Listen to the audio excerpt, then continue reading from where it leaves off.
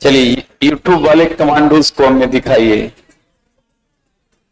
सबसे पहले यूट्यूब वाले जितने भी हमारे स्टूडेंट्स जुड़ रहे हैं उनको होली की शुभकामना।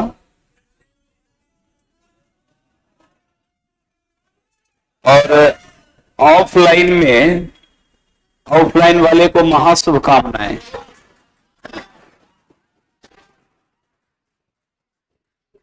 कि अभी देखेंगे, चलिए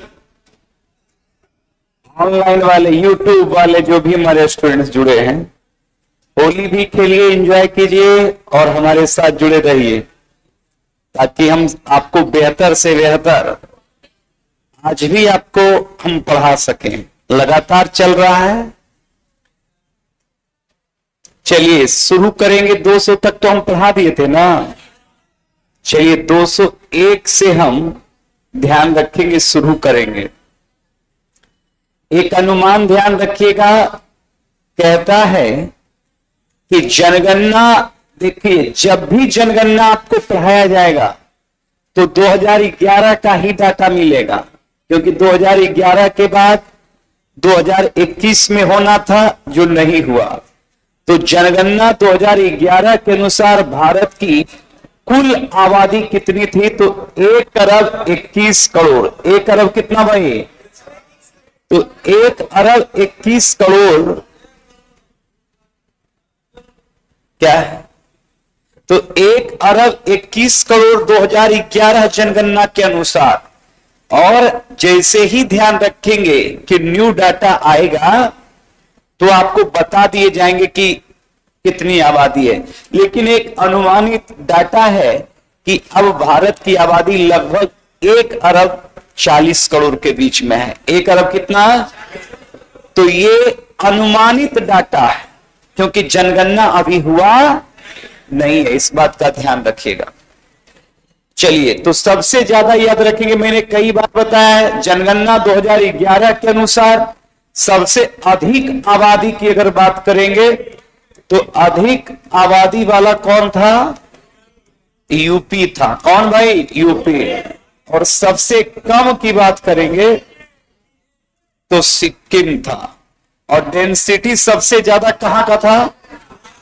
तो जनघनत्व तो अगर आपसे पूछ दे तो याद रखेंगे, जनघनत्व तो आपसे पूछ दे तो वो सबसे ज्यादा जनघनत्व तो किसका था? बिहार। और सबसे कम किसका था? अरुणाचल का। किसका? तो सबसे कम जनघनत्व की बात करेंगे ना भाई तो अरुणाचल का था। किसका था? अरुणाचल प्रदेश। सबसे कम डेंसिटी 17 व्यक्ति प्रति वर्ग किलोमीटर कहां निवास करता है? अरुणाचल में। कहां पे? अरुणाचल में। याद रखिएगा। नेक्स्ट कहता है, टोटल क्वेश्चन कितना है इसमें? ठीक है, बढ़िया। कहता है प्यारे कि इनमें से, कहता है इसमें पुरुष एवं महिलाओं की जनसंख्या, गौर कीजिएगा, पुरुष और याद रखेंगे महिलाओं की जनसंख्या, तो समथिंग याद रखिए 62 करोड़ किसका है? पुरुष का। तो पुरुष का लगभग कितना? 62 करोड़। और महिला कितनी है? 58 करोड़। महिला कितनी है? 58 करोड़। और पुरुष कितना? 62 करोड़। तो पुरुष की आबादी 2011 जनगणना के अनुसार, ध्यान समझिएगा, 2011 जनगणना के अनुसार 62 करोड़ पुरुष की आबादी थी और 58 करोड़ ध्यान रखेंगे महिला की आबादी थी। सबसे ज्यादा लिंगानुपात की बात करेंगे तो सबसे अधिक लिंगानुपात वाला राज्य प्यारे कौन था? केरल था। कौन था? तो सबसे अधिक याद रखेंगे, अधिक लिंगानुपात की बात करेंगे तो उसमें हमारा याद रखेंगे केरल था। और सबसे कम लिंगानुपात की बात करेंगे तो सबसे कम याद रखेंगे लिंगानुपात वाला राज्य कौन था प्यारे? तो वो याद रखेंगे हरियाणा था। कौन था? हरियाणा। याद रखेगा। तो सबसे कम लिंगानुपात वाला कौन? हरियाणा। कौन? और सबसे ज्यादा कौन था? केरल। कौन? तो सबसे अधिक लिंगानुपात वाला कौन है? केरल। प्रति 1000 पुरुषों में महिलाओं की संख्या सबसे ज्यादा कहां है? केरल। और सबसे कम कहां है? बिहार, सॉरी, सबसे कम कहां है? हरियाणा। सबसे कम कहां है? जबकि डेंसिटी अगर आपसे पूछ लेगा, जनसंख्या घनत्व तो आपसे पूछ लेगा, तो वो आपका क्या हो जाएगा? बिहार। कौन? कन्फर्म ना? चलिए नेक्स्ट सवाल की ओर चलेंगे, ध्यान देंगे। नेक्स्ट सवाल की ओर प्यारे ध्यान देंगे। चलिए, कहता है कि देश में सर्वाधिक जनसंख्या वाला राज्य कौन है? उत्तर प्रदेश। कौन प्यारे? तो सबसे अधिक या सर्वाधिक जनसंख्या वाला कौन है? उत्तर प्रदेश। जबकि याद रखिएगा, सबसे कम कौन सा? सबसे कम आबादी की बात करेंगे तो सबसे कम आबादी वाला राज्य प्यारे याद रखना है सिक्किम। कौन है? सिक्किम। याद रखिएगा, सबसे कम आबादी वाला राज्य कौन है? सिक्किम। और सबसे ध्यान रखेंगे, अधिक आबादी की अगर बात करेंगे तो वह है उत्तर प्रदेश। कौन है? उत्तर प्रदेश। कौन है? जबकि बिहार में अगर आपसे पूछ लेगा, एकदम VVI है, बिहार में सबसे अधिक जनसंख्या वाला जिला अगर आपसे पूछ ले प्यारे, तो जिला कौन हो जाएगा? पटना। कौन?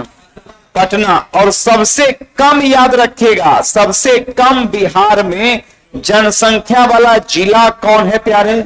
शेखपुरा। कौन सा? शेखपुरा। तो सबसे कम आबादी वाला डिस्ट्रिक्ट कौन? शेखपुरा। कौन? सबसे कम आबादी वाला जिला बिहार में जनसंख्या में कौन है? शेखपुरा। और सबसे अधिक कौन है? पटना। कौन? जबकि क्षेत्रफल में प्यारे गौर करना, क्षेत्रफल में सबसे बड़ा बिहार का जिला पश्चिमी चंपारण। कौन? तो सबसे याद रखिए, क्षेत्रफल में सबसे बड़ा जिला कौन है? और सबसे क्षेत्रफल में छोटा की बात करेंगे तो वो है शिवहर। कौन प्यारे? तो क्षेत्रफल में सबसे छोटा की अगर बात करेंगे तो क्षेत्रफल में सबसे छोटा जिला शिवहर है, जबकि क्षेत्रफल में सबसे बड़ा पश्चिमी चंपारण है। जबकि ध्यान रखिएगा कि यहां पर पूछे जाएंगे कि आपके जनसंख्या में सबसे ज्यादा कौन है? पटना। जबकि सबसे कम जनसंख्या शेखपुरा का है। किसका है प्यारे? शेखपुरा का। क्लियर ना? चलिए नेक्स्ट सवाल की ओर चलेंगे। सत्यम पांडे का कमेंट भी हम देख रहे हैं। चलिए नेक्स्ट सवाल की ओर चलेंगे, क्या कहता है? और ये इसीलिए हम ये रिसर्च किए थे कि अगर मान लीजिए कि टीचर बहाली 50,000 आता है, 50,000 आता है, तो उसमें 5 लाख लोग अभ्यर्थी हैं, है ना? 5 लाख अगर है तो इसमें 50,000 बाकी 4.5 लाख का नहीं होगा। तो 4.5 लाख लोगों का इसलिए नहीं होता है क्योंकि इस रिसर्च के बाद हमें पता चला कि YouTube पर भी देखेंगे कि लोग होली बहुत सारे खेल रहे हैं और ऑफलाइन में भी लोग होली खेलने चले गए। तो ये बताइए कि पढ़ना शुरू से कहा गया है कि एक तपस्या है ना, इसको सबसे अच्छे कर्मों में से एक कर्म माना गया। तो याद रखेंगे, सब अच्छा कर्म करना लगेगा तो फिर मामला गड़बड़ा जाएगा, तो फिर स्वर्ग और नरक का फिर अंतर ही खत्म हो जाएगा। इसलिए कर अच्छा कर्म बहुत कम लोग करते हैं क्योंकि मेहनत करने में, अच्छे कर्म करने में परेशानी है। और याद रखिए, और ना कर्म करने में या दुष्कर्म करने में बहुत एकदम ठीक ठाक लगता है। तो उसका कारण है, और इस तो हम इस सब में तो करने में हम बिल्कुल कंटिन्यू रहते हैं कि भाई कि क्लास हमने कहा था कि चलेगा, और उसका परिणाम यही हम की बोले थे कि पतझड़ बना देंगे हम। आज होली है और होली में देख रहे हैं ना, फिर भी हमको इस बात का खुशी है कि पटना के सारे संस्थान लगभग क्लोज है और फिर भी लड़के पढ़ रहा है, तो बढ़िया है। चलो एक होली ना मने, 2 होली ना मने लाइफ का, बाकी जितना बचे उतना सब बेहतर हो। और एक होली आपका अगर नहीं मना तो 3 जनरेशन का होली बेहतर मनेगा। आपका भी मनेगा, आपके पुत्र का मनेगा, और बच जाइएगा तो पोतों को मनवा दीजिएगा कुछ दिन तक, है कि नहीं है? तो क्यों ना कम से कम 100 होली आपके फैमिली का बेहतर हो, कम से कम 2 जनरेशन तो बेहतर होगा, आप और आपका बच्चा और आपका फैमिली, आपका रिलेटिव। तो यह स्पष्ट है कि एक होली ना ही हो। जैसे बहुत लोग उपमा देते हैं कि होली में थोड़ा सा नहीं होगा तो क्या होगा, अरे बहुत कुछ हो सकता है ना। चलिए, तो ध्यान रखिएगा। अब यहां पर सवाल है, ध्यान देखिए। अभी मैंने बताया था कि कहता है कि देश में सबसे कम आबादी वाला राज्य कौन प्यारे? सिक्किम। कौन? सिक्किम। कौन? लेकिन सिक्किम से बहुत सारे सवाल आते हैं प्यारे। सिक्किम में 2 दर्रा है, नाथुला दर्रा। कौन दर्रा? नाथुला के अलावे जेलेपला। कौन सा? तो नाथुला और जेलेपला दर्रा। ऑनलाइन वाले हमारे यूट्यूब स्टूडेंट्स कमेंट करेंगे कि नाथुला और जेलेपला कहां है? सिक्किम में। कहां पे? कौन दर्रा? नाथुला और जेलेपला। यहीं पर एक भारत की सबसे महत्वपूर्ण चोटी है कंचनजंगा। कौन? तो बताइए, कंचनजंगा जो चोटी है वो भी कहां है? सिक्किम में। नाथुला जेलेपला दर्रा कहां है? सिक्किम में। इसके अलावा ध्यान रखिएगा कि सिक्किम की अगर बात करेंगे तो सिक्किम पहला राज्य बना है जो रासायनिक खाद को पूरी तरह से प्रतिबंधित कर दिया है। तो भारत में कौन सा ऐसा राज्य है जो रासायनिक खाद को पूर्णतः प्रतिबंधित किया है? सिक्किम। यहां जो भी चलता है वो जैविक खाद। कौन खाद प्यारे? जैविक खाद। कमेंट कर देंगे फटाफट, जैविक याद रखेंगे। खाद का प्रयोग सिक्किम में होता है, रासायनिक खाद याद रखेंगे यहां पर प्रतिबंधित है। जबकि ध्यान रखिएगा, सिक्किम की अगर बात करेंगे, सिक्किम 3 देशों से अंतरराष्ट्रीय सीमा बनाता है। कितने देशों से? ये भी सवाल पूछे गए हैं बीपीएससी टीचर में कि सिक्किम की अंतरराष्ट्रीय सीमा कितने देशों से? 3, जिसमें प्यारे पहला है चीन। कौन? चीन के अलावे नेपाल। कौन? नेपाल। और नेपाल के अलावे भूटान। तो आप ही से मैं पूछ रहा हूं कि चीन की अंतरराष्ट्रीय सीमा से एक बार सारे यूट्यूब कमांडोज बताएंगे कि सिक्किम की अंतरराष्ट्रीय सीमा कितने देशों से लगती है? 3, जिसमें चीन, नेपाल और भूटान। चीन, नेपाल और भूटान। जबकि याद रखेंगे नाथुला और जेलेपला दर्रा का संबंध कहां से है प्यारे? सिक्किम से। जबकि भारत का सबसे कम आबादी वाला याद रखेंगे राज्य भी कौन है? सिक्किम। सिक्किम की बात करेंगे प्यारे तो सिक्किम भारत में 1975 में ये राज्य का इसे दर्जा मिला, मतलब राज्य के रूप में सिक्किम बना 1975 में। कब बना? तो सिक्किम नए राज्य के रूप में कब बना? 1975। कब बना? 1975 में। कौन? सिक्किम। जबकि नाथुला और जेलेपला दर्रा कहां है? सिक्किम। सिक्किम की अंतरराष्ट्रीय सीमा कितने देशों से? और यहीं पर है एक चोटी कंचनजंगा। कौन? कंधर ना। चलिए नेक्स्ट सवाल की ओर चलेंगे प्यारे। नेक्स्ट सवाल क्या कहता है, ध्यान देंगे और यह स्पष्ट रूप से चलेंगे सवाल की ओर। कहता है केंद्र शासित प्रदेश में सर्वाधिक आबादी वाला केंद्र शासित प्रदेश कौन है प्यारे? दिल्ली। कौन? टोटल केंद्र शासित प्रदेश हैं 8। कितने प्यारे? 8। 8 याद रखेंगे यूनियन टेरिटरी है केंद्र शासित प्रदेश। यूनियन टेरिटरी का मतलब होता है केंद्र शासित प्रदेश। केंद्र शासित प्रदेश टोटल कितने हैं? 8। आइए सबको वेरीफाई करेंगे। केंद्र शासित प्रदेश में सबसे पहला प्यारे याद रखना लद्दाख। कौन सा? लद्दाख के बाद याद रखना प्यारे जम्मू कश्मीर। कौन? जम्मू कश्मीर के ऊपर प्यारे याद रखिए नीचे आएंगे तो पौंडीचेरी। कौन सा? पौंडीचेरी। कौन चेरी? लेकिन पौंडीचेरी से पहले हम आपको बताएंगे चंडीगढ़। कौन सा? चंडीगढ़ के बाद प्यारे नई दिल्ली। कौन सा? नई दिल्ली के अलावे प्यारे दादर, आपका दमन दीव। कौन सा? दमन दीव की बात करेंगे प्यारे। दमन दीव के बाद आपका है पौंडीचेरी। कौन सा? पौंडीचेरी याद रखिएगा, आराम से समझिए। पौंडीचेरी के बाद है आपका अंडमान निकोबार। कौन सा?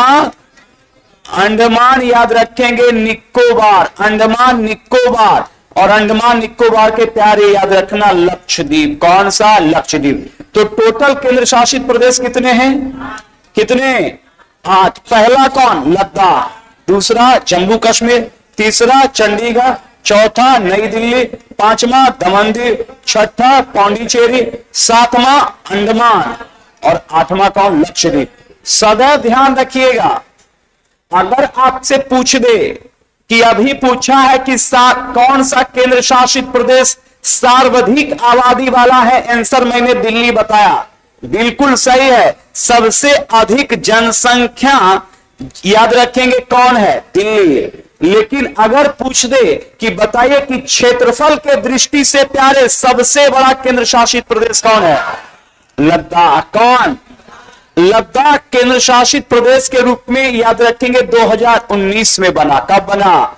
जबकि याद रखेंगे क्षेत्रफल के दृष्टि से दूसरा सबसे महत्वपूर्ण केंद्र शासित प्रदेश जम्मू कश्मीर है। जम्मू कश्मीर भी प्यारे 2019 में केंद्र शासित प्रदेश के रूप में बना।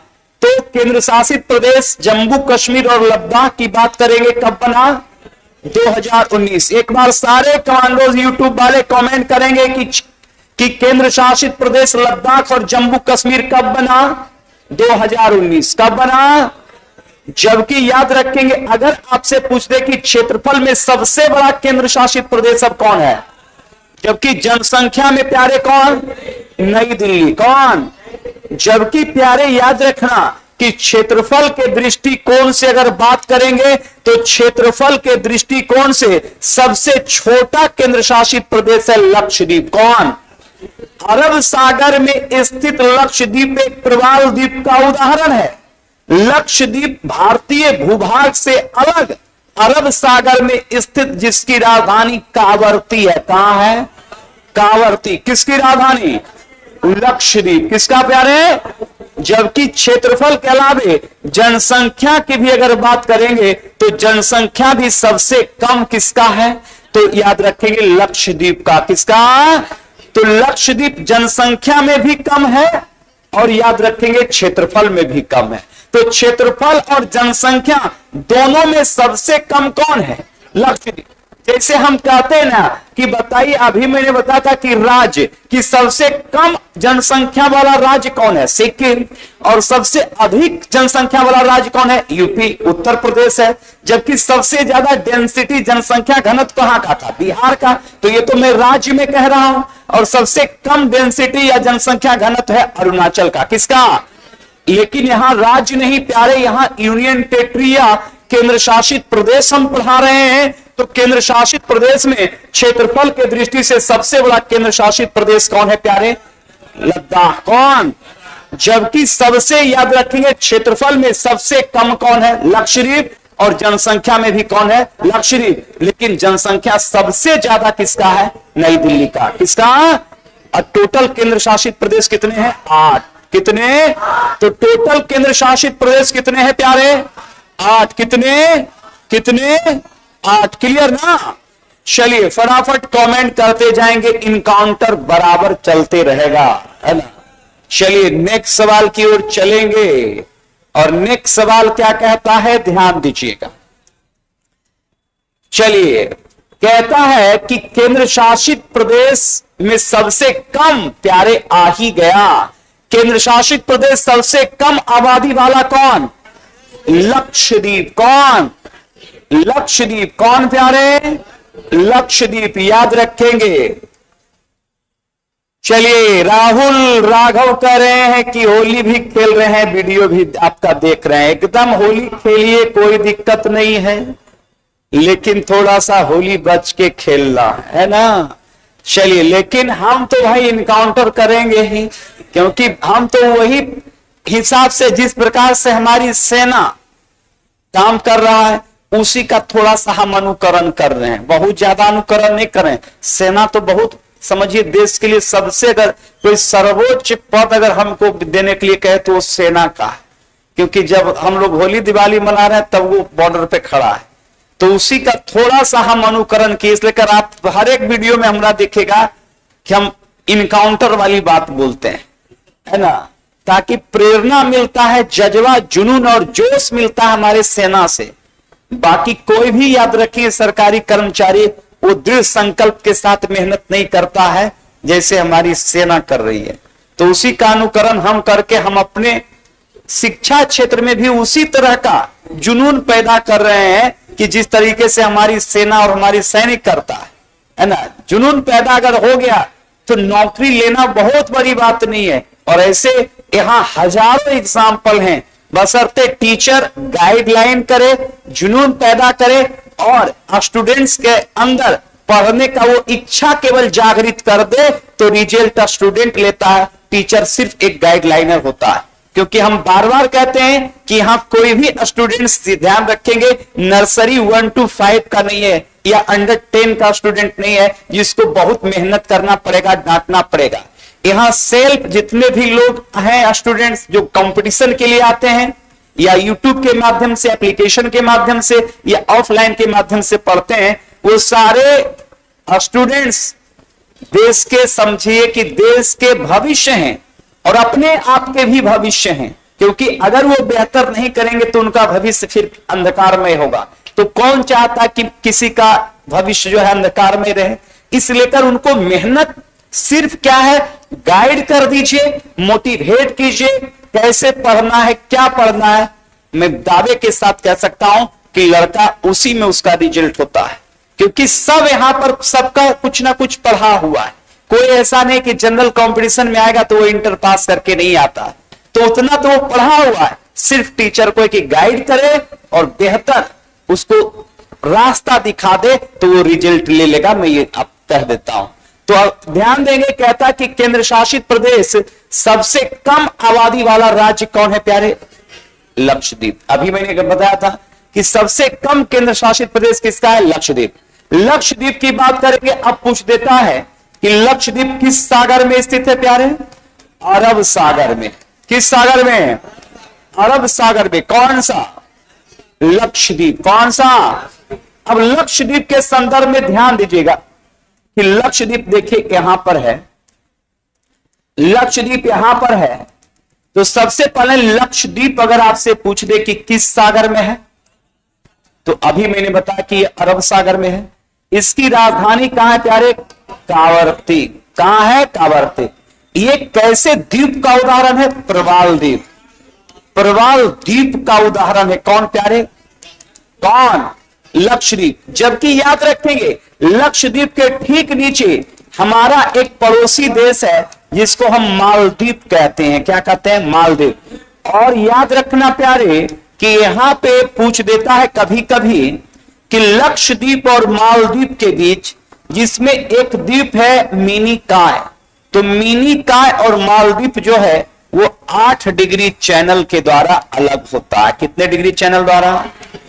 तो 8 डिग्री चैनल के द्वारा, 8 डिग्री चैनल के द्वारा याद रखेंगे मिनी काय मालदीव से अलग होता है। मिनी काय किसे? लेकिन फंसाने के लिए आपसे पूछ देगा कि लक्षद्वीप और मालदीव कितना डिग्री, तो भी 8 डिग्री। भारत और मालदीव भी कितना डिग्री? 8 डिग्री। लेकिन स्पष्ट रूप से मैं कहता हूं कि लक्षद्वीप का ही एक द्वीप है जिसका नाम है मिनी काय। क्या नाम है? और मिनी काय प्यारे यहीं पर गौर करना कि एक द्वीप है, ये सबसे महत्वपूर्ण द्वीप है। मिनी काय नाम सुने होंगे कभी, आप सेट बनाते होंगे तो। मिनी काय और मालदीव कितना डिग्री चैनल द्वारा? 8 डिग्री। कितना डिग्री? तो 8 डिग्री चैनल द्वारा मिनी काय और कौन? मिनी काय और मिनी काय और कितने डिग्री? कितने डिग्री? कितने डिग्री? तो 8 डिग्री चैनल द्वारा मिनी काय और कौन? मिनी काय और मिनी काय और कितना डिग्री? कितना डिग्री? कितना डिग्री? कंफर्म ना? लक्षद्वीप पूछ दे कि कैसे द्वीप का उदाहरण है? प्रवाल।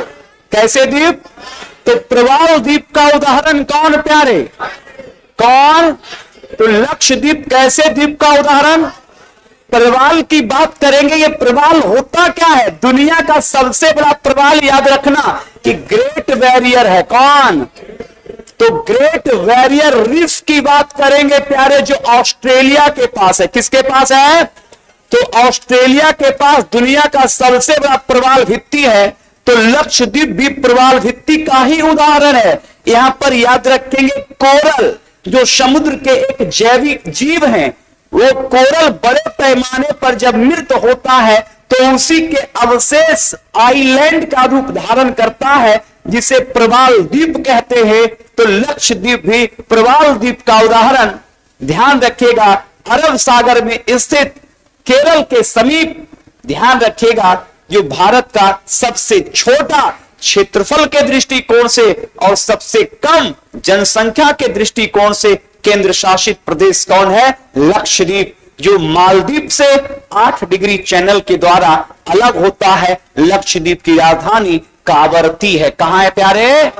किसकी राजधानी? लक्षद्वीप। क्लियर? चलिए यूट्यूब वाले हमारे कमांडो सेशन कैसा लग रहा है, समझ आ रहा है कि नहीं आ रहा है? तो यस कमेंट करेंगे एक बार। चलिए नेक्स्ट सवाल की ओर चलेंगे। नेक्स्ट सवाल की ओर टेंशन नहीं लेना है तुम लोग को, तुम लोग का खेला हो गया। तुम लोग को एकदम जब अब तुम समझ सकता है ना कि हम कितना तक जा सकते हैं। हाँ समझ रहा है ना कि अब हम कितना तक जा सकते हैं। ये ध्यान रखिएगा, खाली लड़का दृढ़ संकल्प होना। हम पढ़ाते उड़ाते नहीं हैं, हमारा सिर्फ मकसद है कि बेहतर गाइडलाइन करके रिजल्ट देना। बात समझ गए ना? हाँ, बेहतर हम गाइड कर देंगे और मैं वही पढ़ाऊंगा जिसकी प्रबल संभावनाएं होंगी, है ना। और मैं कंटिन्यू जब क्लास करवाऊंगा, अभ्यास करवाऊंगा, तो क्वेश्चन कहां जाएगा? क्वेश्चन बनेगा नहीं, क्वेश्चन लिमिट है, इस बात ध्यान रखिएगा। चलिए नेक्स्ट सवाल की ओर चलेंगे। कहता है भारत में विश्व की कितनी प्रतिशत जनसंख्या निवास करती है प्यारे? बताओ, भारत में विश्व की कितनी प्रतिशत जनसंख्या निवास करती है प्यारे? 17.5%। कितना प्रतिशत? तो विश्व की कुल आबादी का, विश्व के कुल आबादी का कितना प्रतिशत? 17.5%। कितना प्रतिशत? जबकि प्यारे याद रखेंगे विश्व के कुल क्षेत्रफल का, विश्व के कुल क्षेत्रफल का भारत के पास जमीन कितना है? 2.4%। 2 कितना? जबकि विश्व के कुल जनसंख्या का कितना प्रतिशत? 17.5%। कितना प्रतिशत? तो विश्व में जितनी जनसंख्या या आबादी है उसका कितना प्रतिशत भारत में? 17.5। कितना? जबकि याद रखेंगे विश्व के कुल क्षेत्रफल का, जमीन का, भारत के पास जमीन कितना है? 2.4। 2.4। तो विश्व के कुल क्षेत्रफल का जमीन कितना है प्यारे? 2.4। 2.4। जबकि ध्यान रखेंगे विश्व के कुल आबादी का कितना है? 17.5। कितना प्रतिशत? 17.5%। याद रखिएगा। नेक्स्ट सवाल की ओर चलेंगे मेरे प्यारा। क्या कहता है? ध्यान देंगे।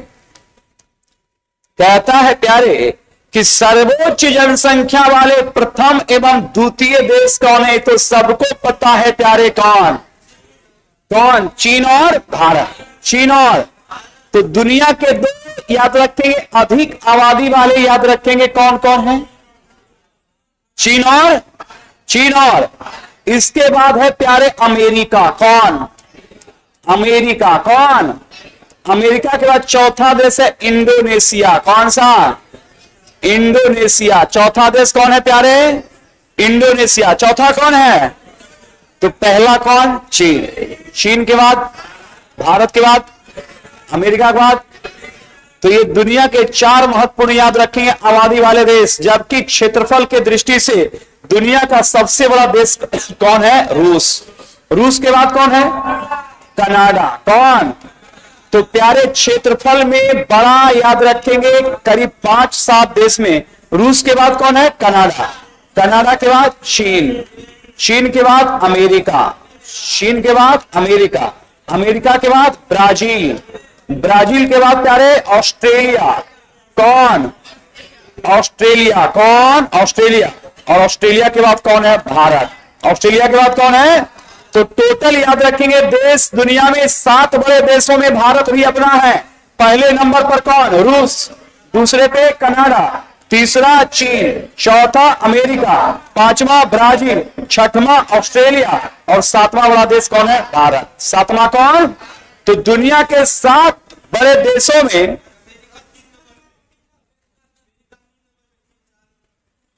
अच्छा ठीक है, चेक कर लेंगे, पहले आप इतना लिख लीजिए। रूस, कनाडा, रूस के बाद कनाडा, चीन, अमेरिका, ब्राजील, ऑस्ट्रेलिया और कौन प्यारे? भारत। तो दुनिया का 7वां सबसे बड़ा देश कौन है? भारत। कौन है? भारत। क्लियर ना? चलिए नेक्स्ट देखेंगे, इसको हम चेक कर लेंगे क्षेत्रफल में। चलिए नेक्स्ट सवाल की ओर चलेंगे, क्या कहता है ध्यान देंगे। 2011 के जनगणना के अनुसार भारत में प्रति वर्ग किलोमीटर कितने लोग रहते हैं? कितने? 382। एकदम भी आई है प्यारे, गौर करना।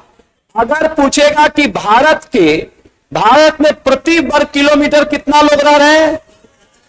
300।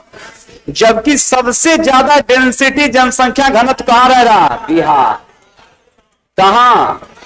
कितना लोग रह रहा? 1100। तो 1106 व्यक्ति प्रति वर्ग किलोमीटर कहां पे प्यारे? बिहार। तो बिहार में जनसंख्या घनत्व कितना है? 1106 व्यक्ति प्रति वर्ग किलोमीटर कहां रह रहा है? बिहार। जबकि पूरे भारत में कितना? 382। कितना? तो पूरे भारत में कितना? 382। जबकि सबसे कम कहां? अरुणाचल। सबसे कम कहां? अरुणाचल प्रदेश में प्यारे। अरुणाचल प्रदेश में कितना लोग रह रहा है? 17 व्यक्ति। कितना व्यक्ति? तो अरुणाचल में कितना? अरे अरुणाचल में कितना? तो 17 व्यक्ति प्रति वर्ग किलोमीटर के साथ सबसे कम जनसंख्या घनत्व वाला केंद्र शासित प्रदेश कौन? अरुणाचल। कौन? और सबसे ज्यादा कहां? बिहार। बिहार में कितना लोग? 1100। जबकि पूरे भारत में कितना व्यक्ति है? 300। कंफर्म ना? तो याद रखिएगा, भारत में प्रति वर्ग किलोमीटर जो डेंसिटी जनसंख्या घनत्व है 382। सबसे ज्यादा बिहार में 1106 लोग रह रहे हैं और सबसे कम अरुणाचल में। सबसे कम कहां? अरुणाचल में। क्लियर ना? चलिए नेक्स्ट सवाल की ओर प्यारे, क्या कहता है ध्यान देना है। नेक्स्ट सवाल क्या कहता है ध्यान देंगे। कहता है कि भारत की सर्वाधिक जनसंख्या घनत्व कहां प्यारे? एकदम फटाफट ऑनलाइन वाला एक बार सारे कमांडोज कमेंट करेंगे कि भारत में सर्वाधिक डेंसिटी व जनसंख्या घनत्व कहां का? बिहार। बिहार में कितना लोग? अभी बताए थे 1100 और यह 2011 जनगणना के अनुसार सबसे अधिक जनसंख्या घनत्व वाला राज्य कौन है? बिहार। जहां प्रति वर्ग किलोमीटर 1106 लोग रह रहे हैं। 1100 कितना? 1100 कितना? 1106। याद रखिएगा। नेक्स्ट सवाल की ओर चलेंगे, क्या कहता है अभी ही बताएं यह भी सवाल कि भारत में सबसे कम जनसंख्या घनत्व वाला कौन प्यारे? अरुणाचल। कौन? यहां प्रति वर्ग किलोमीटर कितने लोग रह रहे हैं? 17। कितने? तो प्रति वर्ग किलोमीटर कितने लोग? 17। कहां पे? तो सबसे कम जनसंख्या घनत्व व डेंसिटी वाला कौन? अरुणाचल। और सबसे ज्यादा कौन प्यारे? बिहार। कौन? अभी बताते बिहार में कितना? 1100 कितना? 6। 1100। तो 1106 आदमी या व्यक्ति प्रति वर्ग किलोमीटर कहां निवास कर रहा है? बिहार में। और अरुणाचल में कितना? 17। अरुणाचल में कितना? 17। एकदम ध्यान देते जाना है। नेक्स्ट सवाल की ओर प्यारे, क्या कहता है ये लीजिए। बिहार से आ गया है, बिहार एग्जाम को लेकर बिहार से। बिहार का सबसे कम जनघनत्व वाला जिला कौन प्यारे? कैमूर। कौन? तो सबसे कम जनघनत्व वाला जिला कौन बिहार में? कैमूर। कौन? कैमूर। कौन? और सबसे ज्यादा बताइए, सबसे ज्यादा डेंसिटी में पूछ रहा हूं। पटना है। कौन? पटना। याद रखिएगा। और सबसे कम कौन है? कैमूर। याद रखिएगा। कैमूर के बाद हम चलेंगे, क्या कहता है ध्यान देना है यहां पे। कहता है कि भारत में सर्वाधिक घनी आबादी कहां बसती है प्यारे? गंगा के मध्यवर्ती भाग में। गंगा के किस भाग में? और इसको मैं वेरीफाई कर रहा हूं कि मध्यवर्ती भाग में क्यों बस रहा है। गौर कीजिएगा, सबको पता है कि गंगा का मैदान, कौन मैदान प्यारे? गंगा। गंगा के मैदान में 3 राज्य सबसे महत्वपूर्ण आते हैं। एक तो यूपी, यूपी के बाद बिहार, और बिहार के बाद पश्चिम बंगाल। कौन बंगाल? बताओ भाई। पश्चिम। गंगा के मैदान में डेंसिटी, जनसंख्या क्यों ज्यादा बसती है? क्योंकि नॉर्मलाइज, ध्यान रखेंगे कि जब भी मानव सभ्यता का विकास हुआ तो नदी के किनारे हुआ। कहां किनारे हुआ? नदी। क्योंकि नदी के किनारे सबसे महत्वपूर्ण किसी भी जनसंख्या के विकास, डेवलपमेंट के लिए, कि जनसंख्या वहां ज्यादा डेवलप करेगा, ज्यादा एडेप्ट करेगा, तो शुरू में नदी घाटी में सबसे ज्यादा लोग इसलिए बसे क्योंकि हमने कई बार आपको बताया है कि नदियों के जो मैदान में सबसे उपयुक्त मिट्टी मिलती है प्यारे, जलोढ़ मिट्टी। कौन मिट्टी? और मैंने कई बार बताया कि जलोढ़ मिट्टी जो है काफी उपजाऊ होती है। जलोढ़ मिट्टी क्या होती है? उपजाऊ, जिसमें बड़े पैमाने पर धान, क्या चीज? धान। धान के अलावा गेहूं और मक्का, जो किसी भी आबादी के लिए, किसी भी आबादी के भरण पोषण के लिए अनाज की कमी यहां नहीं होगी, क्योंकि दुनिया की सबसे उपजाऊ मिट्टी होती है जलोढ़ मिट्टी। जलोढ़ मिट्टी के निर्माण में सदैव भाग, मैंने कहा था कि नदी ही लेता है। तो प्यारे बताओ कि भारत की सबसे बड़ी नदी कौन है? गंगा। और उसकी सहायक नदी में विशेष उपयुक्त मिट्टी है जलोढ़ मिट्टी, जिसमें खूब अनाज, धान, गेहूं और मक्का की खेती होती है। इस लेकर सबसे अधिक आबादी वाला, याद रखेंगे, राज्य यूपी है, जिसकी आबादी लगभग 24 से 25 करोड़ वर्तमान समय में है। उसके बाद 13 से 14 करोड़ के साथ बिहार भी है।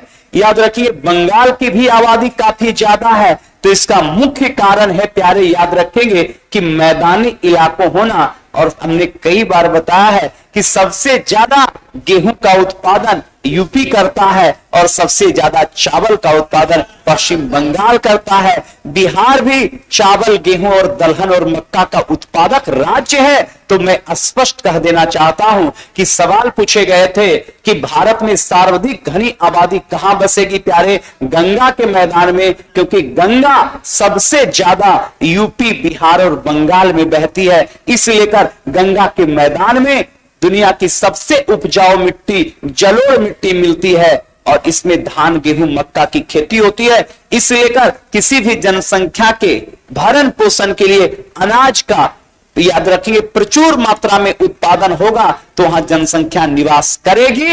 इस लेकर शुरू से ही ध्यान रखेंगे, जनसंख्या का बसाव रहा इस मैदान में और वर्तमान समय में भी जनसंख्या का बसाव इसी है क्षेत्र में है। और भारत की अगर बात करेंगे तो भारत तो एक कृषि प्रधान देश भी है और यहाँ के उद्योग धंधे की भी बात करेंगे तो वो कृषि पर ही आधारित हैं। वो चीनी उद्योग हो, जूट हो, कपास हो, ये सारे उद्योग याद रखेंगे कृषि पर आधारित हैं। तो भारत की 70% आबादी कृषि पर निवास करती है और यहाँ के उद्योग धंधे में भी कृषि का बहुत बड़ा योगदान है। इस लेकर स्पष्ट रूप से गंगा के मध्यवर्ती मैदान में प्यारे ध्यान रखेंगे कि घनी आबादी बसने के ये प्रमुख कारण हैं। तो आंसर आप लोग समझ गए होंगे कि गंगा के मध्यवर्ती भाग, याद रखेंगे, सर्वाधिक घनी आबादी क्यों निवास करती है? क्योंकि यहाँ क्या है? सबसे अधिक उपजाऊ मिट्टी है। सबसे अधिक उपजाऊ मिट्टी है प्यारे, ये ध्यान रखिएगा। नेक्स्ट सवाल की ओर चलेंगे प्यारे। क्या कहता है? ध्यान देना है। कहता है कि भारत देश की लिंगानुपात, बहुत अच्छा सवाल है, बार बार एग्जाम में पूछता है। सबसे अधिक लिंगानुपात कहां का? तो है प्यारे केरल। लेकिन पूरे भारत का एक मान लिया गया कि 1000 पुरुष में, 1000 पुरुष में प्यारे याद रखिएगा कि टोटल महिला भारत में कितनी है? 943। कितनी है? तो टोटल 1000 पुरुष में महिला की आबादी कितनी है? 943। तो ये लिंगानुपात। लेकिन मैंने क्या कहा था? सबसे अधिक लिंगानुपात अगर पूछ दे तो कहां का है? केरल। और सबसे कम कहां का? हरियाणा। सबसे कम कहां का? हरियाणा। और सबसे ज्यादा केरल, सबसे ज्यादा केरल और सबसे कम हरियाणा, सबसे ज्यादा केरल। टोटल पुरुष 1000 पुरुष में टोटल भारत में महिलाएं कितनी हैं? 943। 943। ये कौन जनगणना? 2011। तो 2011 जनगणना के अनुसार प्रति 1000 पुरुषों में भारत में टोटल महिलाएं कितनी हैं? 943। ये ध्यान रखेंगे तो स्पष्ट रूप से आंसर आपका 943 है। चलिए नेक्स्ट सवाल की ओर चलेंगे। क्या कहता है प्यारे? अभी तो मैं बताया हूं। कहता है कि सर्वाधिक लिंगानुपात वाला राज्य एवं सबसे कम लिंगानुपात वाला राज्य कौन है? तो प्यारे सबसे अधिक लिंगानुपात वाला कौन है? केरल। कौन? तो सबसे अधिक लिंगानुपात वाला कौन? केरल। कौन? और सबसे कम कौन? सबसे कम कौन? हरियाणा। और सबसे ज्यादा कौन? केरल। क्लियर ना? याद रखिएगा। नेक्स्ट सवाल देखेंगे क्या कहता है। कहता है कि भारत में साक्षरता दर टोटल कितना है? 74.4%। 74 कितना? देखो भारत का साक्षरता जो दर है वो टोटल कितना है? 74.4। 74.4। लेकिन पूछ रहे कि भारत में सबसे ज्यादा साक्षर कौन है? केरल। कौन? और केरल के बाद कौन है प्यारे? मिजोरम। कौन है? मिजोरम। तो केरल के बाद कौन है? मिजोरम। केरल के बाद कौन है? जबकि सबसे कम की बात करेंगे साक्षरता कहां का है? बिहार। कहां? तो साक्षरता दर तो मैंने कई बार बताया कि सबसे कम बिहार का है, सबसे ज्यादा केरल का है, लेकिन केरल के बाद दूसरे नंबर पर मिजोरम है। जबकि साक्षरता दर की बात करेंगे टोटल 74.4%। 74 कितना? 4। ये पूरे भारत का क्या है? साक्षरता दर। तो साक्षरता दर फटाफट बताएंगे कितना? 74.4। क्लियर? नेक्स्ट सवाल कहता है प्यारे कि भारत में पुरुष एवं महिलाओं की साक्षरता दर क्या है? बहुत अच्छा सवाल बताया है। पुरुष साक्षरता दर कितना है? लगभग 82.14। 82 कितना? 14। और महिलाएं की साक्षरता दर कितना है? 65.46। 65.46। और टोटल कितना था? 74। कितना? 74.4। 74.4। टोटल 74.4। लेकिन पुरुष साक्षरता दर कितना है? 82.14। 82.14। जबकि महिला 65.46। 65.46।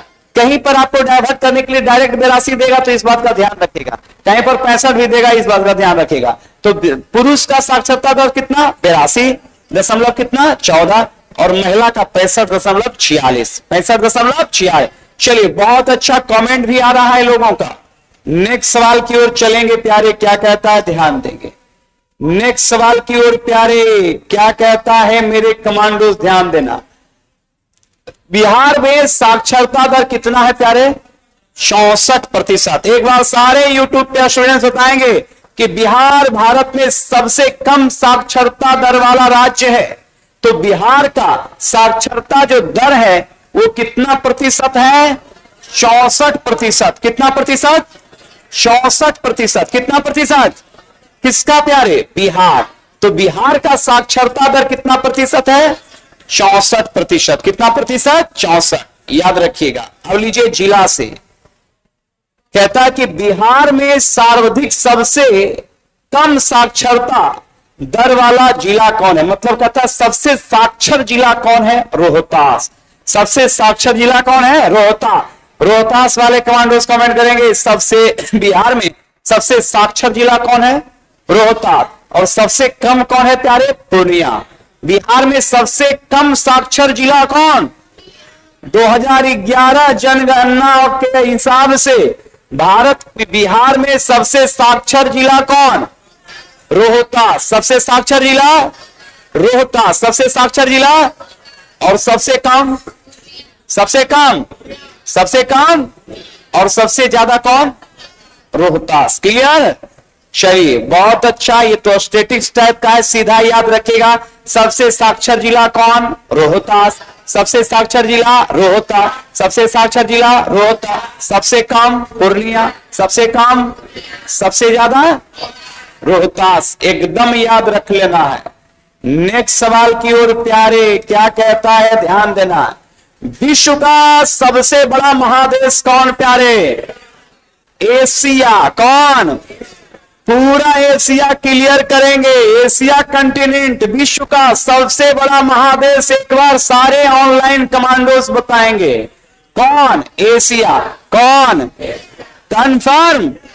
आइए एशिया में आपको बताएं क्या क्या है। सबसे पहले प्यारे, एशिया में ही दुनिया की सबसे ऊंची चोटी माउंट एवरेस्ट जो नेपाल में है, कहां है?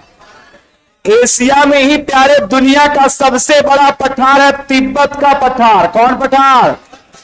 जो पठार चीन में है, कहां है? तो दुनिया का सबसे बड़ा पठार कौन? कौन पठार? किस देश में? और दुनिया की सबसे ऊंची चोटी कौन? Mount Everest. कहां पड़ता है? नेपाल। जबकि मेरे प्यारे गौर करना, यहीं पर एशिया में ही एक मरुस्थल है, अक्सर आता है गोबी मरुस्थल। कौन मरुस्थल? गोबी मरुस्थल याद रखिएगा, चीन और कौन? मंगोलिया। चीन और, तो चीन और मंगोलिया की सीमा पर कौन मरुस्थल है? गोबी। कौन? गोबी मरुस्थल किन दो देश की सीमा पर? चीन और, जबकि याद रखेंगे चाइना में ही एक मरुस्थल है ताकला माकन। कौन? ताकला माकन मरुस्थल किस देश में प्यारे? चीन। किस देश में? चीन। किस देश में? चीन। कौन? ताकला माकन। जबकि एशिया में ही याद रखिएगा कि एशिया की सबसे लंबी नदी अगर आपसे पूछ दे कभी, तो याद रखेंगे यांगस्टी नदी, जो प्यारे याद रखेंगे चीन में बहती है। कहां बहती है? चीन में। तो एशिया महादेश की सबसे लंबी नदी यांगस्टी। क्या नाम है? यांगस्टी। क्या नाम है? यांगस्टी। कहां बहती है? चीन। कहां बहती है? चीन। कौन सी नदी? यांगस्टी। ताकला माकन मरुस्थल कहां है? चाइना। कहां? चाइना। गोबी मरुस्थल चीन और कहां? मंगोलिया। चीन और मंगोलिया। अब बताइए तिब्बत का पठार कहां है? चाइना में। कहां पे? लेकिन महादेश पूछेगा तो क्या कहेंगे? एशिया। क्या? तो क्षेत्रफल में याद रखेंगे सबसे बड़ा महादेश भी एशिया है। जनसंख्या में भी सबसे बड़ा महादेश कौन है प्यारे? एशिया। एकदम ध्यान रखना है।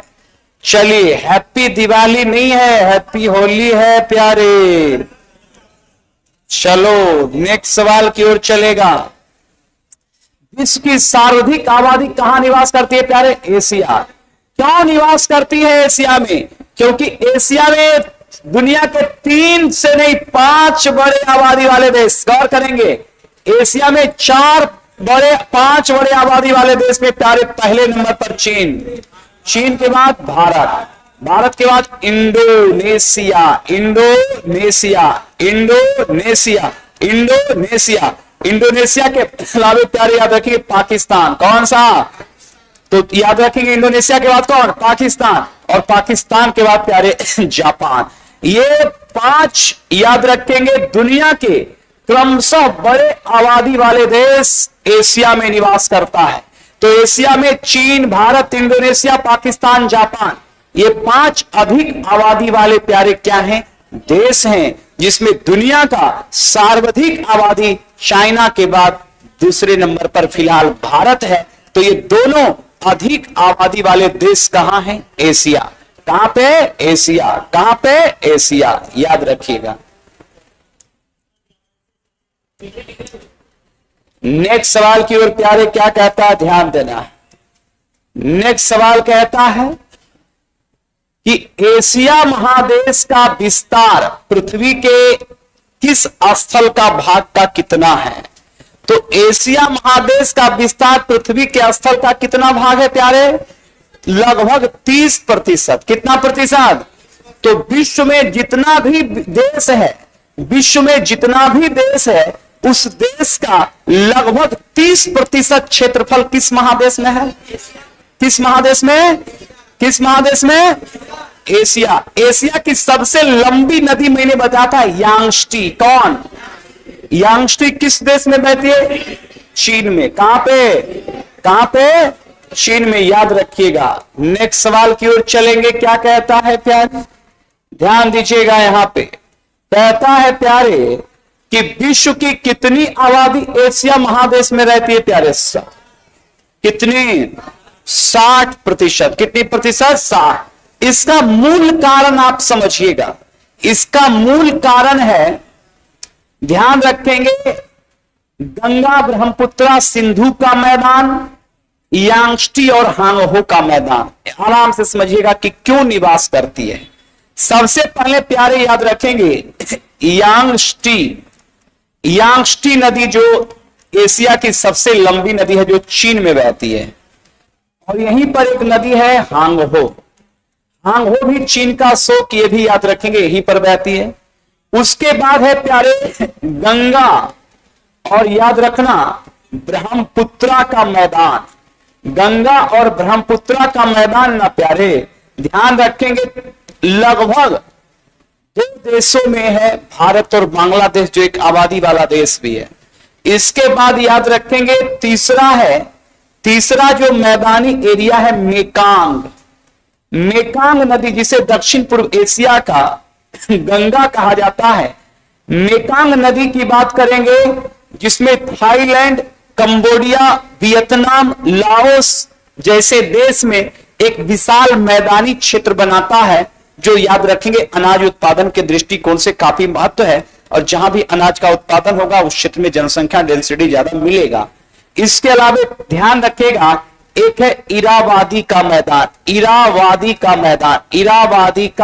मैदान प्यारे, इरावादी का मैदान है म्यांमार में। कहां पर है? म्यांमार। कौन सा इरावादी? तो इरावादी का मैदान कहां है?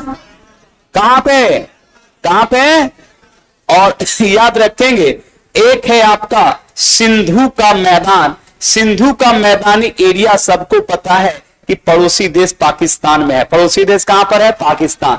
इस लेकर यांगस्टी जो एशिया की सबसे लंबी नदी है, जो चाइना में बहती है, हांगहो नदी चीन का शोक है। इसके अलावा गंगा ब्रह्मपुत्रा का विशाल मैदान भारत बांग्लादेश में है। मेकांग का मैदान ये दक्षिण पूर्व एशियाई देश में है।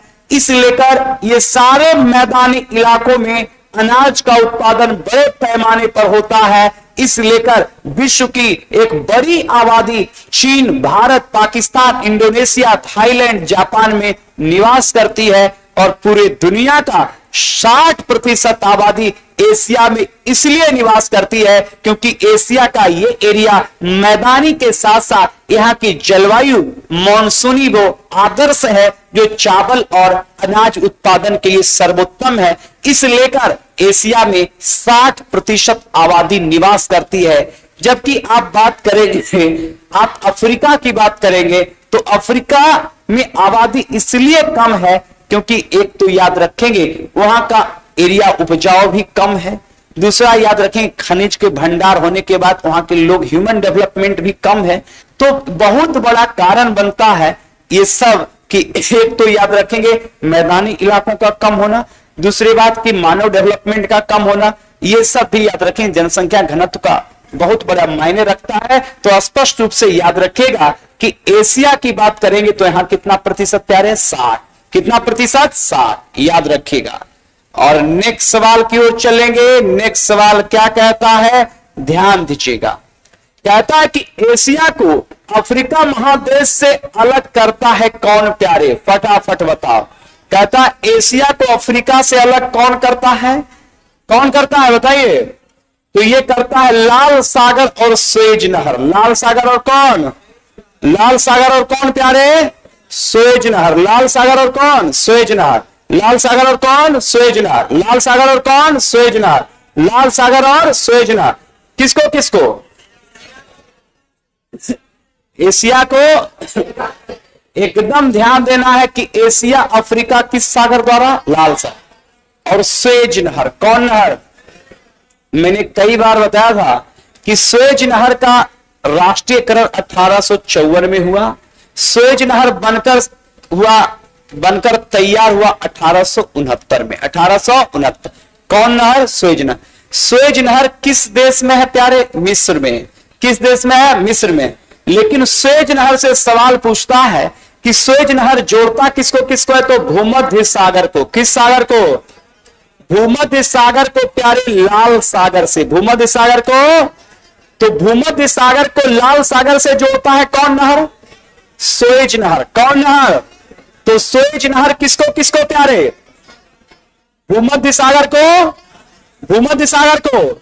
सुएज नहर किस देश में है? मिस्र में। सुएज नहर का राष्ट्रीयकरण कब हुआ? 1854। बनकर तैयार हुआ 1869।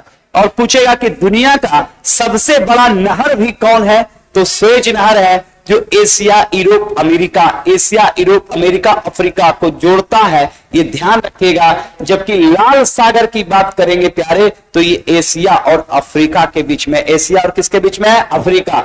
जैसे कई बार आपसे पूछ देगा प्यारे, जैसे गौर कीजिएगा, एक नहर है पनामा। कौन सा? पनामा नहर, नाम सुने ना? कौन नहर? पनामा नहर प्यारे गौर करना, उत्तरी अमेरिका को किससे अलग करता है प्यारे? दक्षिण अमेरिका। उत्तरी अमेरिका और दक्षिण अमेरिका को क्या करेगा? अलग करेगा। जबकि ये प्रशांत महासागर को प्यारे याद रखना कि ये अटलांटिक महासागर से क्या करेगा प्यारे? जोड़ेगा। तो प्रशांत को अटलांटिक से कौन जोड़ेगा? पनामा नहर। कौन नहर? पनामा। कौन? पनामा। कौन? पनामा। जबकि अमेरिका, उत्तरी अमेरिका को दक्षिण अमेरिका से क्या करेगा? अलग करेगा। उत्तरी अमेरिका को किससे? तो उत्तरी अमेरिका को दक्षिण अमेरिका से अलग कौन करेगा? पनामा। प्रशांत को किससे जोड़ेगा? अटलांटिक से। कौन नहर? पनामा। जबकि प्यारे पनामा के अलावा सबसे महत्वपूर्ण नहर है, उस नहर का नाम है कील नहर। कौन नहर?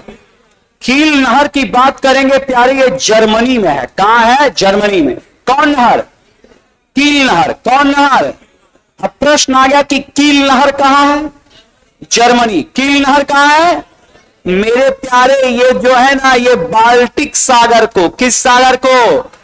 बाल्टिक सागर को ना, ये याद रखेंगे उत्तरी सागर से। बाल्टिक सागर को किससे? तो बाल्टिक सागर को उत्तरी सागर से जोड़ता है कौन नहर? कील नहर। कौन नहर? तो कील नहर किसको किसको? बाल्टिक सागर को उत्तरी सागर से। बाल्टिक सागर को कौन नहर? कील नहर कहां है? जर्मनी। कहां है? दुनिया का सबसे बड़ा नहर अभी बताए कौन है? सुएज। कौन? सुएज किस देश में? मिस्र में। कहां पे? सुएज का राष्ट्रीयकरण कब हुआ? 1854। 1800 बनकर तैयार 1800। और सुएज नहर जोड़ता है किसको किसको प्यारे? भूमध्य सागर को लाल सागर। भूमध्य सागर को कौन सा नहर? सुएज नहर। कौन सा नहर? कन्फर्म ना? बिल्कुल। हमारे YouTube पर जितने स्टूडेंट्स हैं वो भी एकदम लिख लिख के जवाब दे रहा है। इसका मतलब कि ये लोग भी समझ रहे हैं, है ना? तो कोई बात नहीं है, आपके लिए एकदम इनकाउंटर जारी रहेगा। लेकिन आजकल एकदम इनकाउंटर जो है वो गोली का नहीं, होली का इनकाउंटर है ना? रंग के साथ साथ आपका क्लास का भी हम इनकाउंटर जारी रखेंगे, है ना? चलिए नेक्स्ट सवाल की ओर प्यारे। क्या कहता है? ध्यान देना। कहता है कि एशिया को यूरोप से प्रधानता कौन अलग करता है प्यारे? एकदम VVI सवाल मेरे कमांडोज याद रखना। एशिया और यूरोप के प्रधानता को कौन अलग करता है प्यारे? यूराल। कौन पर्वत? यूराल पर्वत। पहले तो यूराल पर्वत रूस में है। कहां पड़ता है? रूस में। कौन पर्वत? यूराल पर्वत। कौन पर्वत? तो बताओ प्यारे, एशिया और यूरोप को अलग कौन कर रहा है? यूराल पर्वत है किस देश में? रूस में। कहां पे? लेकिन वही पढ़ाएंगे जो आने की प्रबल संभावना होगी। जैसे प्यारे पूछ लेता है आपसे कभी कभी कि दुनिया की सबसे लंबी पर्वतमाला कौन है? एंडीज।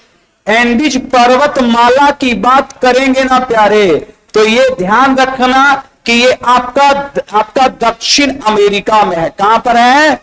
दक्षिण अमेरिका में। कौन पर्वतमाला? एंडीज। एंडीज के अलावे प्यारे रॉकी पर्वत। कौन पर्वत? रॉकी पर्वतमाला की बात करेंगे प्यारे, तो ये उत्तरी अमेरिका में है। कहां पर है प्यारे? तो उत्तरी अमेरिका में कौन है? रॉकी। कौन सा? रॉकी। जबकि प्यारे आल्पस की बात करेंगे ना, तो आल्पस जो पर्वत है वो प्यारे याद रखेंगे यूरोप में पड़ता है। कहां पड़ता है? यूरोप में। कौन? आल्पस। कौन? आल्पस। जबकि आल्पस के अलावे प्यारे पूछ देगा आपसे एटलस। एटलस पूछ देगा। एटलस पर्वत प्यारे गौर करना, ये अफ्रीकी देश मोरक्को में पड़ता है। कौन प्यारे? तो एटलस। कौन सा? एटलस। कौन सा? तो एटलस पर्वतमाला कहां है? अफ्रीका में। एटलस कहां है? अफ्रीका में। आल्पस कहां है? यूरोप। चलिए रॉकी कहां है? उत्तरी अमेरिका। एंडीज कहां है? दक्षिण अमेरिका। एंडीज कहां पे? एंडीज कहां? दक्षिण अमेरिका। एंडीज कहां प्यारे? दक्षिण अमेरिका में। कौन पर्वत? एंडीज। कौन सा? कौन सा? एंडीज के अलावे कभी कभी आपसे पूछ लेगा, जैसे पूछ लेगा कि किलिमंजारो। किलिमंजारो ये अफ्रीका की सबसे ऊंची चोटी। अफ्रीका की क्या है? सबसे ऊंची चोटी, जो अफ्रीकी देश तंजानिया में है। अफ्रीकी देश कहां है? तंजानिया। कौन सा? किलिमंजारो। कौन सा? तो बताइए किलिमंजारो अफ्रीकी देश कहां है प्यारे? तंजानिया। अफ्रीकी देश कहां? अफ्रीकी देश। जबकि प्यारे गौर करना कि उत्तरी अमेरिका की सबसे ऊंची चोटी का नाम है माउंट मैकिनले। क्या नाम है? तो याद रखना कि माउंट मैकिनले। माउंट मैकिनले प्यारे, माउंट मैकिनले उत्तरी अमेरिका का। कहां का? उत्तरी अमेरिका की सबसे ऊंची चोटी पूछ दे तो कौन? Mount McKinley. जबकि अफ्रीका महादेश की सबसे ऊंची चोटी किलिमंजारो जो तंजानिया में है। इसके अलावे प्यारे अगर आपसे पूछ दे कि दक्षिण अमेरिका की सबसे ऊंची चोटी है माउंट एकांकागुआ। क्या नाम है? माउंट प्यारे, माउंट एकांकागुआ जो चिली और अर्जेंटीना की सीमा पर है, जो दक्षिण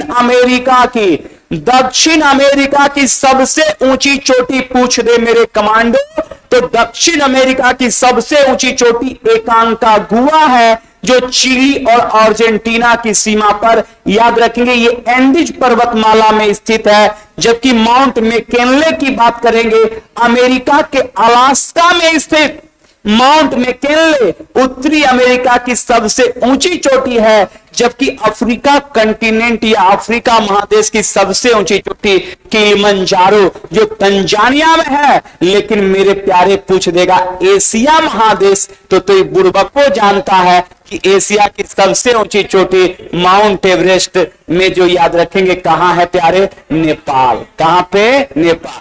कौन सा? एशिया की सबसे ऊंची चोटी माउंट एवरेस्ट। अफ्रीका की सबसे ऊंची चोटी किलिमंजारो।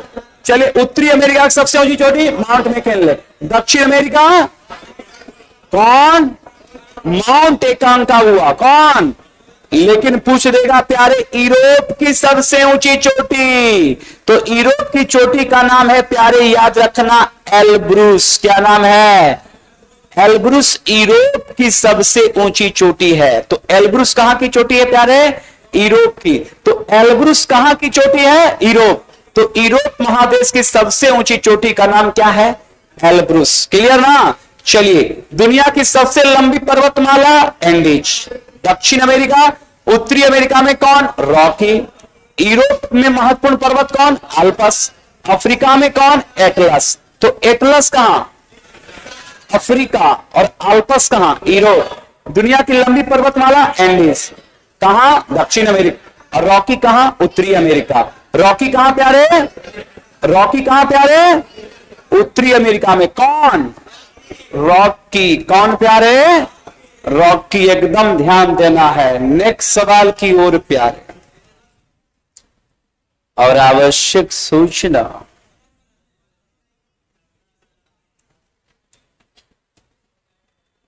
बात समझ गए ना। हम तो इनकाउंटर स्पेशलिस्ट है ना।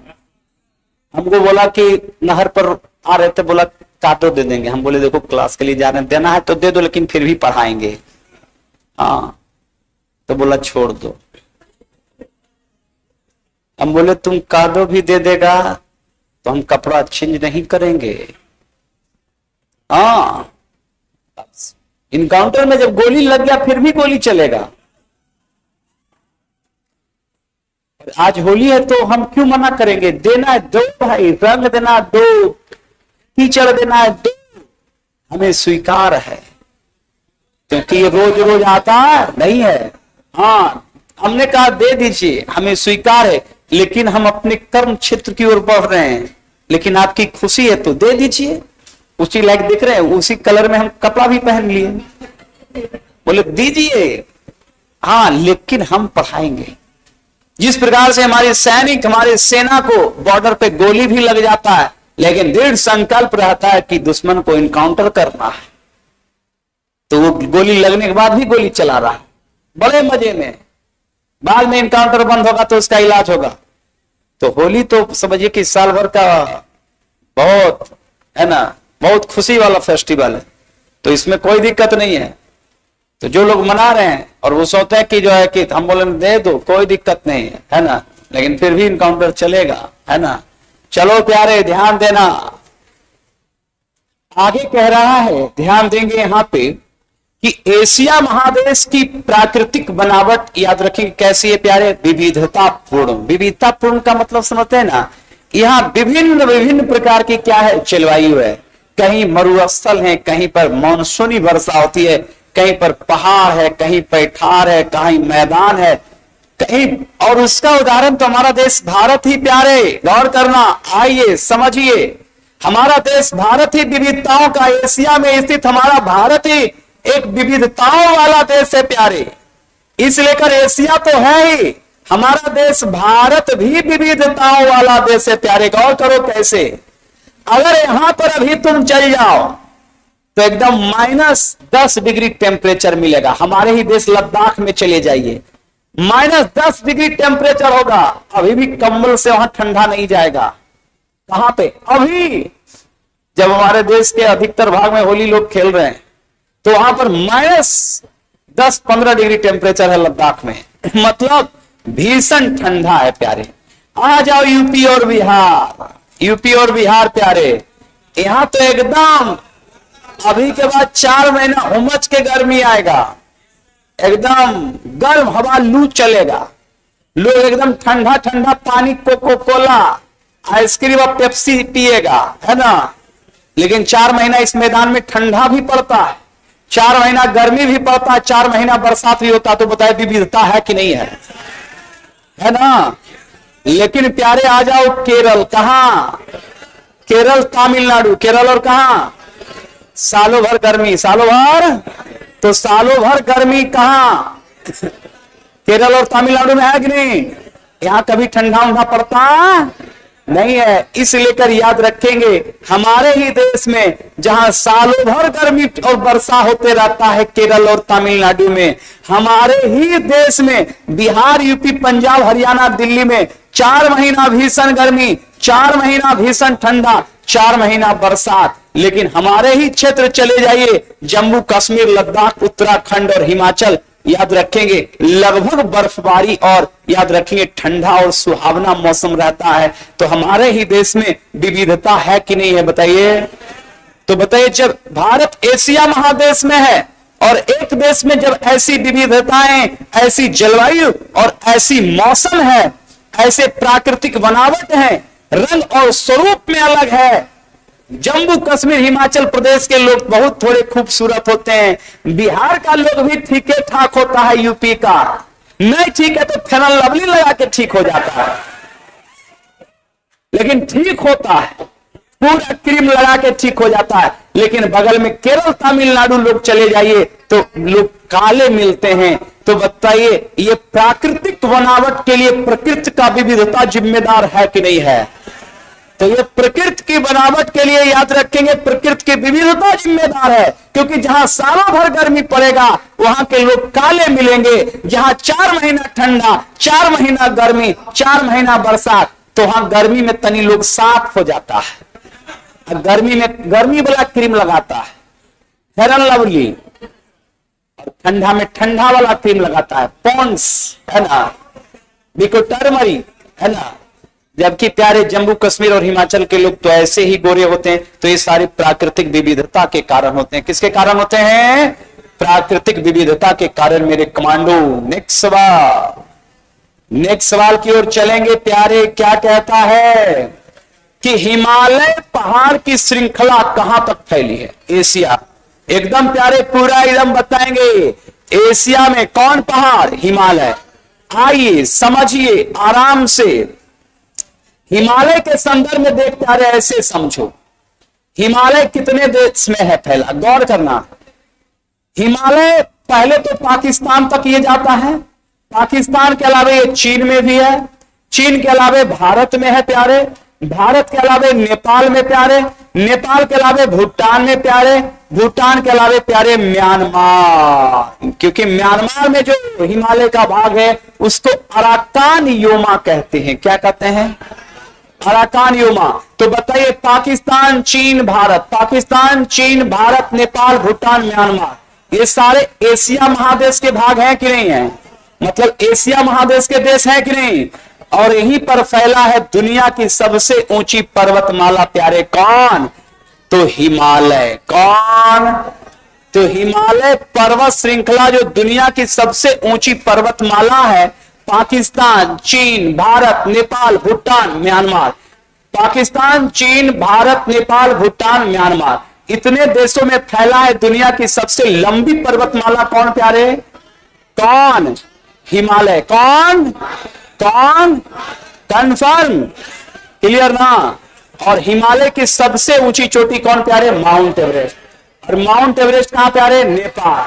लेकिन नेपाल में माउंट एवरेस्ट ही नहीं, मैंने कई बताया था, नेपाल में ना प्यारे माउंट एवरेस्ट तो है ही है, माउंट एवरेस्ट के अलावा सबसे महत्वपूर्ण यहां है मकालू। कौन? मकालू पर्वत कहां है? नेपाल। यहीं पर है धौलागिरी। कौन? धौलागिरी पर्वत कहां है? नेपाल। यहीं पर प्यारे अन्नपूर्णा। कौन? तो अन्नपूर्णा पर्वत कहां? नेपाल।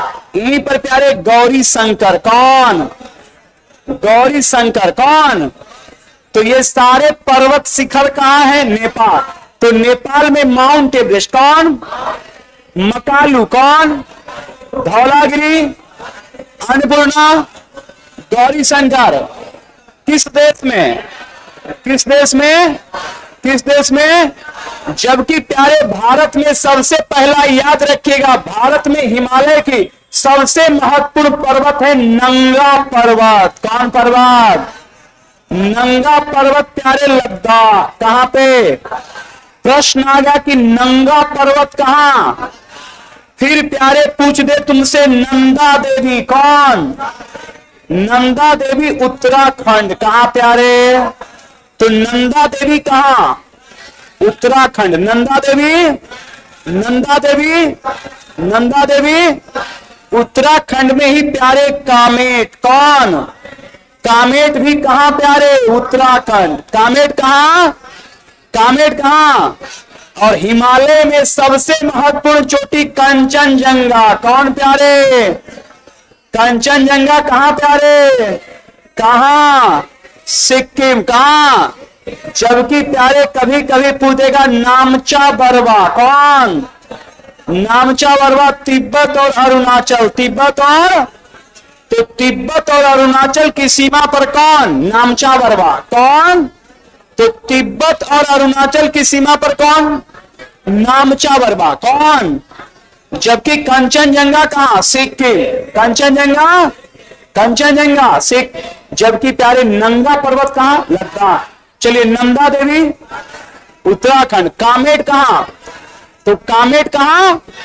कन्फर्म ना? हिमालय का विस्तार पाकिस्तान। कहां? चीन, भारत, नेपाल, भूटान, म्यांमार। क्लियर ना? कन्फर्म? दिमाग में कुछ कुछ बैठ रहा होगा। यूट्यूब कमांडोज हाई अलर्ट पर रहेगा। होली भी मनाते जाइए और इधर भी क्लास देखते रहना है ना, ताकि आपको कोई दिक्कत ना हो। हिमालय की सबसे ऊंची चोटी कौन प्यारे? माउंट एवरेस्ट 8,848 जो नेपाल में है। नेपाल में इसे सागर माथा भी कहते हैं, सागर माथा के नाम से भी जानते हैं प्यारे। किसको? माउंट एवरेस्ट को। तो माउंट एवरेस्ट को नेपाल में क्या कहते हैं? सागर माथा। क्या कहते हैं? सागर माथा। किसको प्यारे? किसको? Mount Everest. किसको? तो माउंट एवरेस्ट को नेपाल में क्या कहते हैं? सागर माथा। क्या कहते हैं? कहां प्यारे? कहां? कन्फर्म? जबकि अभी मैंने बताया था कि नेपाल में माउंट एवरेस्ट के अलावे मैंने कहा था मकालू। कौन? और धौलागिरी। कौन? तो धौलागिरी और मकालू का संबंध भी कहां से है? नेपाल से। कहां से? कन्फर्म ना? और हिमालय प्यारे एक वलित पर्वत का उदाहरण है। कैसे पर्वत? कभी कभी पूछता है कि हिमालय कैसा पर्वत है प्यारे? वलित पर्वत। कैसे? वलित एवं नवीनतम पर्वत का उदाहरण कौन है? हिमालय। कौन? हिमालय याद रखिए, दो प्लेट के आपसी दबाव के कारण वल या वलन के द्वारा जो बना। जहां पर हिमालय है वहां पर पूर्व में थेटिस सागर था, और थेटिस सागर पर ही इंडियन प्लेट के विशेष दबाव और यूरेशियन के दबाव के कारण हिमालय की उत्पत्ति हुई। किसकी उत्पत्ति हुई? इस लेकर हिमालय वलित एवं नवीनतम पर्वत। वलित एवं वलित एवं वलित एवं वलित एवं कन्फर्म ना? घर द्वार है ना? हाँ, देख रहा है ना? एकदम इनकाउंटर कर देंगे। बात हम बोले ना कि हम यूट्यूब नहीं आता है ना, खाली बेंच को हम पढ़ाएंगे। यूट्यूब पर है ना, यूट्यूब पर भी देखो अभी 650 स्टूडेंट जुड़ा हुआ है ना। तो ऑटोमेटिक है कि हम हमारी प्रतिज्ञा है, एकदम प्रतिज्ञा, तो हम प्रतिज्ञा का पालन कर रहे हैं।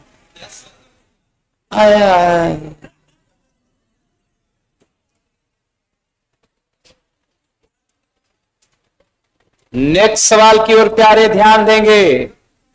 चलो नेक्स्ट सवाल की ओर चलेंगे। कहता है प्यारे कि हिमालय कैसी पर्वत है प्यारे? नवीनतम पर्वत। जबकि दुनिया का प्राचीन पहाड़ी की बात करेंगे, कौन है? अरावली। प्राचीन पहाड़ी की अगर बात करेंगे प्यारी, या प्राचीनतम पहाड़ी की बात करेंगे, तो वो है अरावली, जो याद रखेंगे राजस्थान में। कहां प्यारे? राजस्थान। चोटी का नाम क्या है? गुरु शिखर। अरावली की चोटी का नाम क्या है? गुरु शिखर। क्या है? गुरु शिखर। तो दुनिया की प्राचीन पहाड़ी कौन है? अरावली। कौन है प्यारे? तो दुनिया की प्राचीन पहाड़ी कौन है? अरावली। अरावली की चोटी का नाम गुरु शिखर, जो कहां पड़ता है? राजस्थान। जबकि नवीनतम पर्वत का उदाहरण कौन है? हिमालय। कौन प्यारे? ऐसी मान्यता है कि हिमालय अभी भी बढ़ रहा है, जिससे वो थोड़ा थोड़ा नया नया निकल रहा है, इस लेकर हिमालय। और दूसरी बात है कि अरावली से करोड़ों साल बाद बनी है हिमालय, इस लेकर हिमालय नवीनतम पर्वत है और उसमें बल लग रहा है। इंडियन प्लेट यूरेशियन पर दबाव दिया, जिससे थेटिस सागर के अवसाद या मलबे दबकर ऊपर उठ गए, जिस कारण हिमालय को वलित पर्वत का उदाहरण मानते हैं, क्योंकि वो बल से बना है। जबकि ये नवीनतम पर्वत का उदाहरण इसलिए है क्योंकि दुनिया की प्राचीन पहाड़ी अरावली से करोड़ों साल बाद बनी है। कौन? हिमालय। तो हिमालय नवीनतम पर्वत का उदाहरण है और अरावली प्राचीन। अरावली क्या? तो दुनिया का प्राचीनतम पहाड़ी कौन है? अरावली। और दुनिया का नवीनतम कौन है? हिमालय। हिमालय वलित पर्वत का उदाहरण है। कैसे पर्वत का? वलित क्योंकि बल से बना। लेकिन कभी सुने हैं ना कि ये जो आरावली अवशिष्ट पर्वत का उदाहरण है, इसका संधि विच्छेद आपको समझना पड़ेगा। अवशिष्ट, अवशेष के रूप में जो बचा हो, तो ये करोड़ों साल से है। और इस पर प्यारे प्रकृति का एक्सटर्नल फोर्स, प्रकृति का वायुबल, हवा, पानी, प्रकाश निरंतर इसको, जैसे आज नया घर आप बनाते हैं और 50 साल के बाद वो पुराना होकर धीरे धीरे धीरे धीरे वो क्या होता है, गिरने लगता है। तो बताइए उस पर कोई ना कोई ताकत तो काम कर रहा है जो कि उस बिल्डिंग को गिरा दिया, और 100 साल के बाद वो बिल्डिंग स्वतः गिर जाता है और देखेगा कि अवशेष के रूप में, खंडहर के रूप में बचता है। लेकिन जिस समय वो मकान बना था और नया था, उस समय वो बहुत ऊंचा था, लेकिन 100 साल के बाद वो अवशेष के रूप में बचा है। 1000 साल के बाद वो अवशेष भी नहीं बचेगा। वही बात आरावली के साथ हुआ। आरावली हिमालय से ज्यादा ऊंचा था, लेकिन आरावली हिमालय से करोड़ों साल पुराना है, इस लेकर उसका अवशेष अब जो बचा है, उसी के कारण उसे दुनिया का प्राचीन वो अवशिष्ट पर्वत का उदाहरण कहते हैं प्यारे। हो सकता है आज के करोड़ों साल बाद आरावली वो भी ना बचे, क्योंकि जो भी अवशेष है वो धीरे धीरे समाप्त हो जाएगा। और ऐसी पृथ्वी के भू आकृति और प्राकृतिक स्वरूप और भौतिक स्वरूप के बदलाव के लिए प्रकृति खुद जिम्मेदार है, क्योंकि प्रकृति जैसा चाहता है वैसा होता है। क्योंकि जहां हिमालय था वहां 33 सागर थे, अभी वहां हिमालय है। प्रकृति चाहेगा तो जहां हिमालय है वहां फिर सागर आएगा। और ऐसी घटना ही भौतिक स्वरूप और वैगनर के महाद्वीपीय विस्थापन सिद्धांत के कॉन्सेप्ट, वो सिद्धांत थे प्यारे।